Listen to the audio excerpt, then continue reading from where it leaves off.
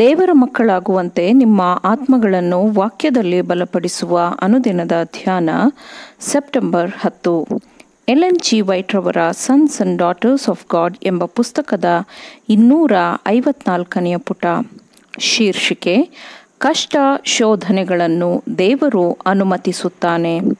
ಈ ದಿನದ ಸತ್ಯವೇದದ ವಾಕ್ಯ: ಕಷ್ಟಾನುಭವಕ್ಕಿಂತ ಮುಂಚೆ ತಪ್ಪಿ ಹೋಗುತ್ತಿದ್ದೆನು, ಈಗಲಾದರೂ ನಿನ್ನ ನುಡಿಗಳನ್ನು ಕೈಗೊಳ್ಳುತ್ತೇನೆ.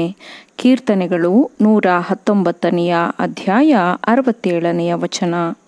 ತನ್ನ ಜನರ ಪರಿಶುದ್ಧತೆಯನ್ನು ದೇವರು ಅತ್ಯುನ್ನತವಾದ ಬೆಲೆಯುಳ್ಳದ್ದೆಂದು ಪರಿಗಣಿಸುತ್ತಾನೆ ಮತ್ತು ವ್ಯಕ್ತಿಗಳ ಮೇಲೆ, ಕುಟುಂಬಗಳ ಮೇಲೆ, ಸಭೆಗಳ ಮೇಲೆ ಸೋಲು, ಹಿನ್ನಡೆ ಆಗುವಂತೆ ಅನುಮತಿಸುತ್ತಾನೆ.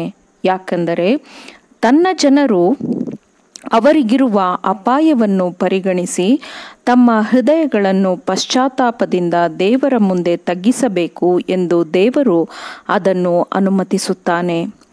ಹಿನ್ನಡೆಗೊಳಗಾದ ತನ್ನವರನ್ನು ಆತನು ಕೋಮಲತೆಯಿಂದ ನಡೆಸಿಕೊಳ್ಳುತ್ತಾನೆ. ಆತನು ಅವರಿಗೆ ಕ್ಷಮೆಯನ್ನು ತೋರಿ ಕ್ರಿಸ್ತನ ನೀತಿಯ ವಸ್ತ್ರಗಳನ್ನು ಅವರಿಗೆ ತೊಡಿಸುತ್ತಾನೆ. ಆತನು ತನ್ನ ಪ್ರಸನ್ನತೆಯಿಂದ ಅವರನ್ನು ಅಭಿನಂದಿಸುವನು. ಪಶ್ಚಾತ್ತಾಪ ಪಡುವ ಈ ಮಹಾದಿನದಲ್ಲಿ ನಮ್ಮ ಪಾಪಗಳನ್ನು ಒಪ್ಪಿಕೊಳ್ಳುವುದು ನಮ್ಮ ಕರ್ತವ್ಯವಾಗಿದೆ ಮತ್ತು ನಮ್ಮ ಪಾಪ ಅಪರಾಧಗಳನ್ನು ಕ್ಷಮಿಸುವ ದೇವರ ಕರುಣೆ ಮತ್ತು ಪ್ರೀತಿಯನ್ನು ನಾವು ಒಪ್ಪಿಕೊಳ್ಳುವುದು ನಮ್ಮ ಕರ್ತವ್ಯವಾಗಿದೆ. ನಮ್ಮನ್ನು ನಮ್ಮ ವಿಕೃತ ಮಾರ್ಗಗಳಿಂದ ರಕ್ಷಿಸಲು ದೇವರು ನಮಗೆ ಕೊಟ್ಟಿರುವ ಎಚ್ಚರಿಕೆಗಳಿಗಾಗಿ ನಾವು ದೇವರಿಗೆ ಕೃತಜ್ಞತೆಯನ್ನು ಹೇಳೋಣ. ನಮ್ಮ ಜೀವನದಲ್ಲಿ ಮಾನಸಾಂತರವನ್ನು ಪ್ರಕಟಪಡಿಸುವ ಮೂಲಕ ದೇವರ ಒಳ್ಳೆಯತನಕ್ಕೆ ಸಾಕ್ಷಿ ಕೊಡೋಣ. ದೇವರ ಮಾರ್ಗದಲ್ಲಿ ನೀವು ನಡೆಯುತ್ತಿಲ್ಲವೆಂದು ದೇವರು ಯಾರಿಗೆ ಖಂಡನೆಯನ್ನು, ಎಚ್ಚರಿಕೆಯನ್ನು ಕೊಡುತ್ತಾನೋ ಅಂತಹವರು ಅದನ್ನು ಕೇಳಿ ಪಶ್ಚಾತ್ತಾಪಪಟ್ಟು ತಗ್ಗಿದವರಾಗಿ ಹೃದಯ ಪಶ್ಚಾತ್ತಾಪದಿಂದ ತಪ್ಪೊಪ್ಪಿಕೊಂಡರೆ ದೇವರು ಖಂಡಿತವಾಗಿಯೂ ಅವರನ್ನು ಮತ್ತೆ ದಯೆಯಿಂದ ಸ್ವೀಕರಿಸುತ್ತಾನೆ.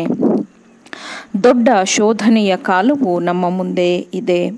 ದೇವರ ಕೆಲಸವನ್ನು ಹೆಚ್ಚು ಮಾಡುವಲ್ಲಿ ನಮ್ಮ ಎಲ್ಲ ಸಾಮರ್ಥ್ಯಗಳು ಮತ್ತು ತಲಾಂತುಗಳನ್ನು ಈಗ ನಾವು ಉಪಯೋಗಿಸಬೇಕಿದೆ. ದೇವರು ನಮಗೆ ಕೊಟ್ಟಿರುವ ಬಲಗಳನ್ನು ಕಟ್ಟುವ ಸಲುವಾಗಿ ಬಳಸಬೇಕು.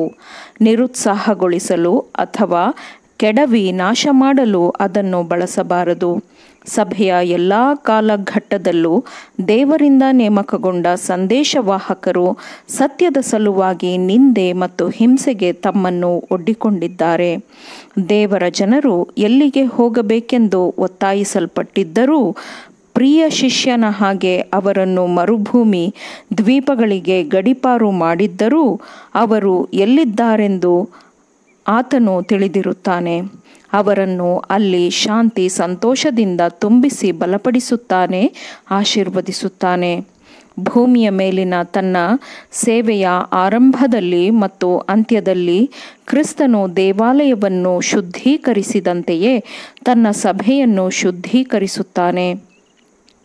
ತನ್ನ ಜನರು ಆಳವಾದ ಧರ್ಮನಿಷ್ಠೆಯನ್ನು ಹೊಂದಿಕೊಂಡು ಲೋಕದ ಎಲ್ಲ ಕಡೆಗಳಿಗೂ ಶಿಲುಬೆಯ ಜಯವನ್ನು ತೆಗೆದುಕೊಂಡು ಹೋಗಲು ಬಲವನ್ನು ಹೊಂದಿಕೊಳ್ಳಲಿ ಎಂದು ಕ್ರಿಸ್ತನು ಸಭೆಯ ಮೇಲೆ ಶೋಧನೆ, ಪರೀಕ್ಷೆಗಳನ್ನು ತರುತ್ತಾನೆ.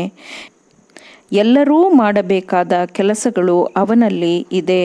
ಆಮೇನ್.